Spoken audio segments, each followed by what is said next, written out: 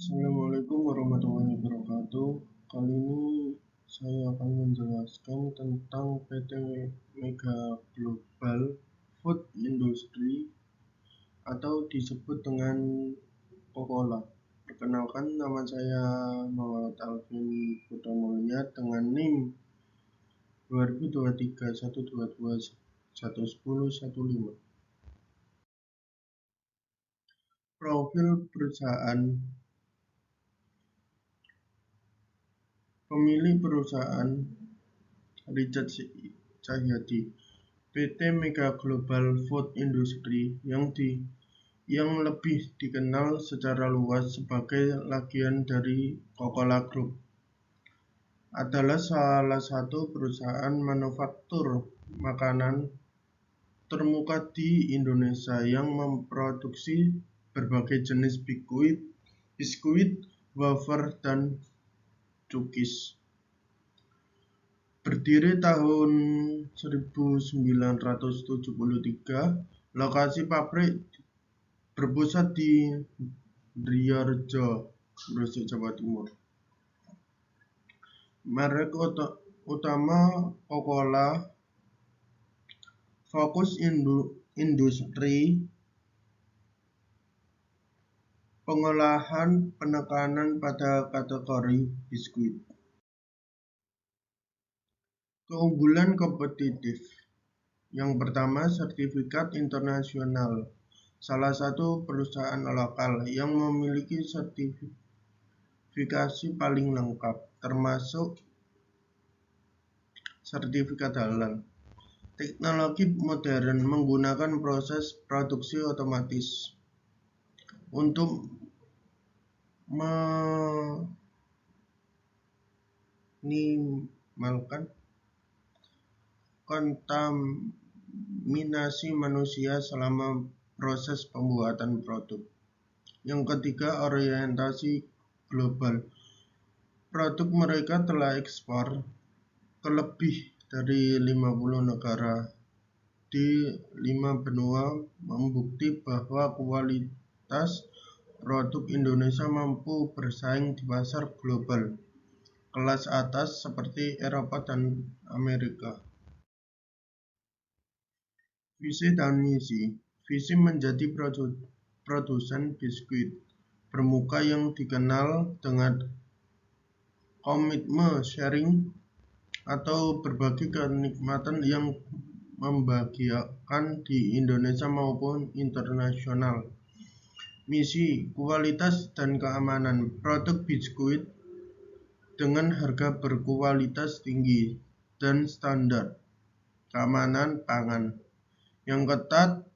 Inovasi, terus melakukan inovasi produk memenuhi kebutuhan pasar. Kebahagiaan konsumen, membagi kesehatan melalui produk wafer yang lezat. Pelayanan, memberikan pelayanan terbaik bagi rekan dan konsumsi. Analisis manajemen perubahan, standar operating producer, formalisasi prosedur keamanan pangan ke dalam instruksi kerja harian, monitoring berkala, audit internal dan eksternal secara rutin untuk memastikan standar tidak menurut. Reward system, memberikan apresiasi pada unit kerja yang berhasil mempertahankan standar nol kecelakaan dan nol kontaminasi.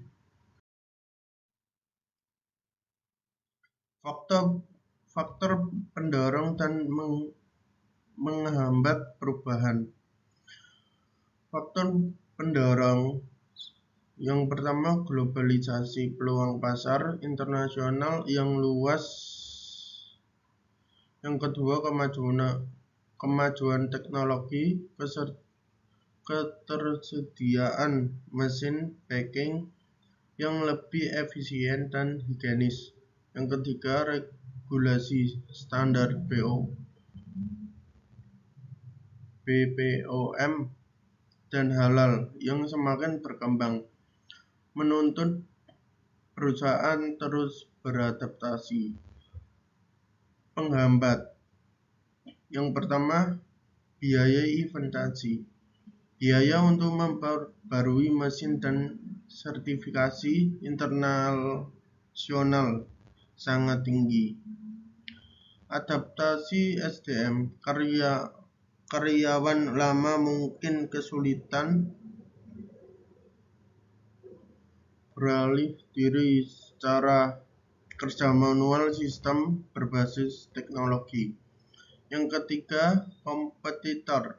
Perusahaan biskuit yang lainnya mempengaruhi strategi harga dan inovasi produksi global PT Global Food Industry.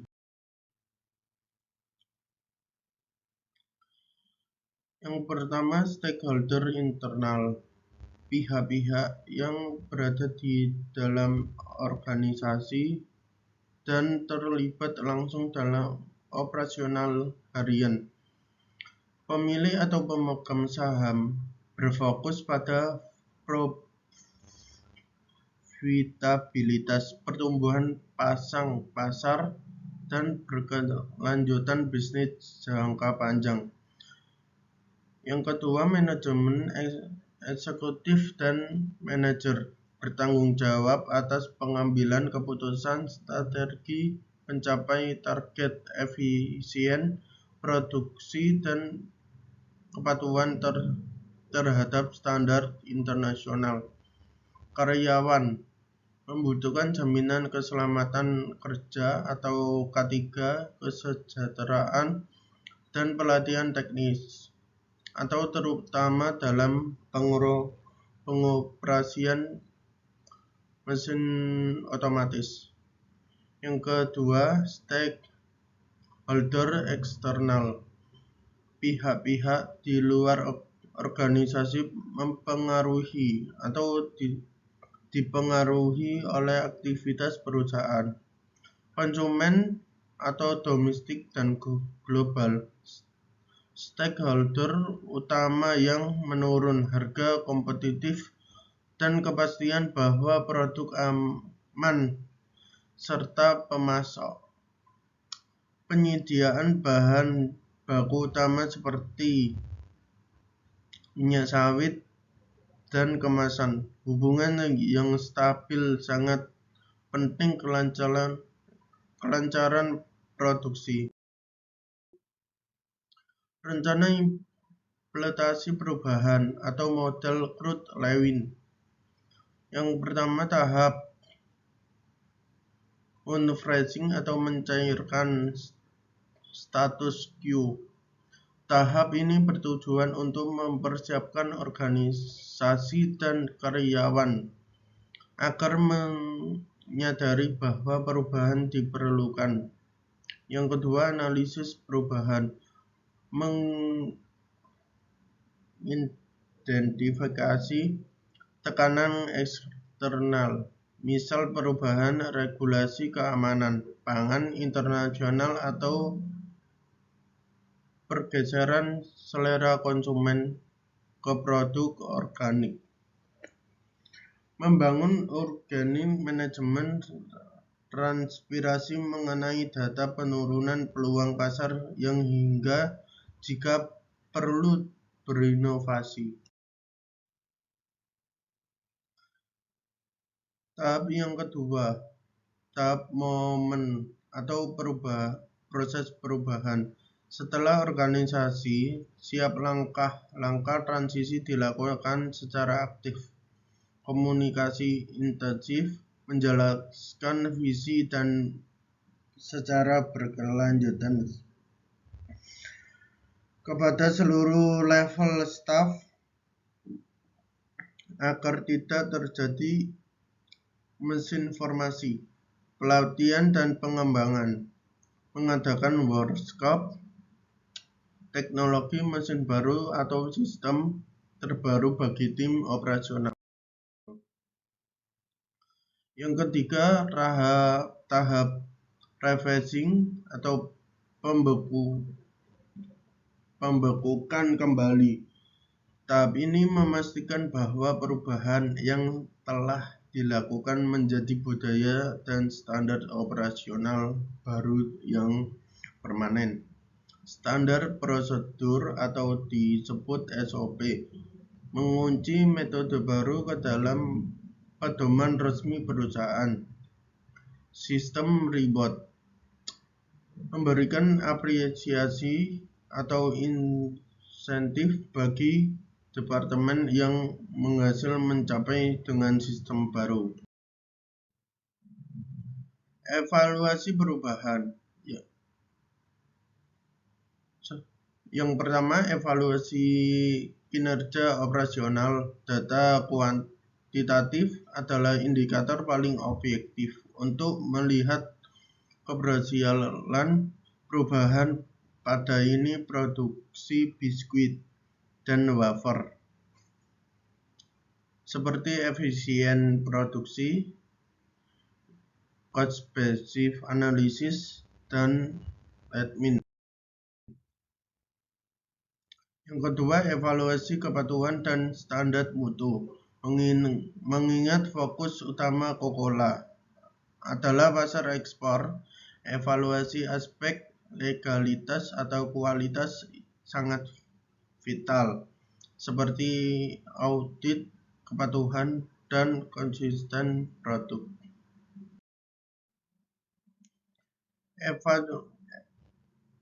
Yang ketiga, evaluasi sumber daya manusia atau disebut psikologis dan budaya. Tahap ini menilai apakah tahap rephasing benar-benar berhasil mengakar di tingkat karyawan, seperti tingkat adopsi, survei kepuasan karyawan, dan turnover rate. Kesimpulan, yang pertama, keberhasilan model Lewin. Pengguna model umfraching, moment, dan rephasing sangat efektif untuk perusahaan manufaktur berskala besar. Kunci keberhasilan terletak pada kemampuan manajemen untuk meminimalkan resistensi karyawan melalui komunikasi yang transparan, serta memastikan perubahan tersebut menjadi standar operasional atau disebut SOP yang permanen. Yang kedua, standar kualitas berbagai jangkar.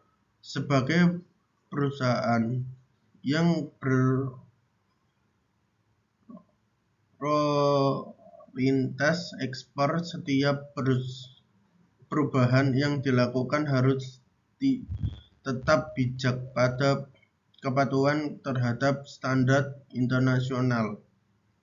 Perubahan dianggap berhasil jika mampu meningkat efisiensi tanpa mengkompromikan